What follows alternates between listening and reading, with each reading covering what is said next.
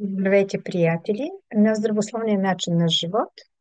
Днес, както виждате, съм сложила като бекграунд морето, което означава, че наближава летния сезон и повечето от нас се готвят да отидат на море, на почивка, да се правят слънчеви бани, но заедно с полезните слънчеви лъчи ние сме изложени и на вредните UV лъчи на Слънцето, които могат да повредят нашата кожа на лицето а, и да се получат зачервявания, изгаряния, да се получат неприятни сърбежи по лицето, възпаления, защото слънчевите лъчи са полезни, но има, за съжаление, и вредни слънчеви лъчи. Вчера се разхождах, вчера или оня ден, разхождах се в парка. Имаме много красив парк в Абилуд, където живее в югоизточен Лондон. Правих снимки, видеа. Слънцето беше приятно, топло. Температурата този ден беше 29 градуса. Това беше на 2 май. Днес сме 4 май. И докато се разхождах, видях една жена на пейката седнала в парка, която чете книга.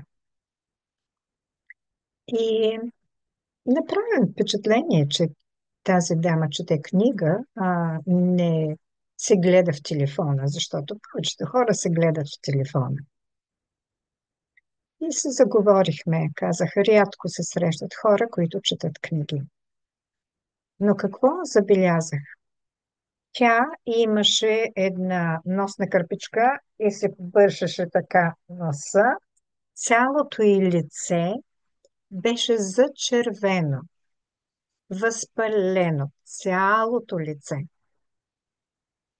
Тази жена най-вероятно има проблеми с кожата.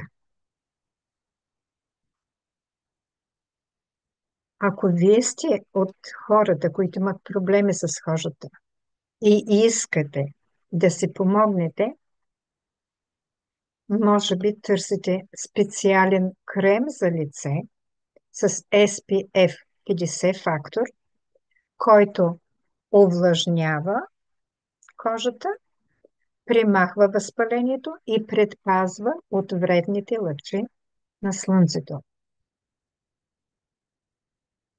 Аз използвам такъв крем и след 23 години живот в Лондон бях развила тази слънчева алергия.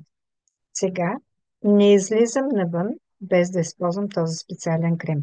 Как се казва? Откъде можете да се го вземете? С удоволствие. Какви са съставките му? С удоволствие ще споделя с вас, ако желаете. Така че можете да се свържете с мен на WhatsApp.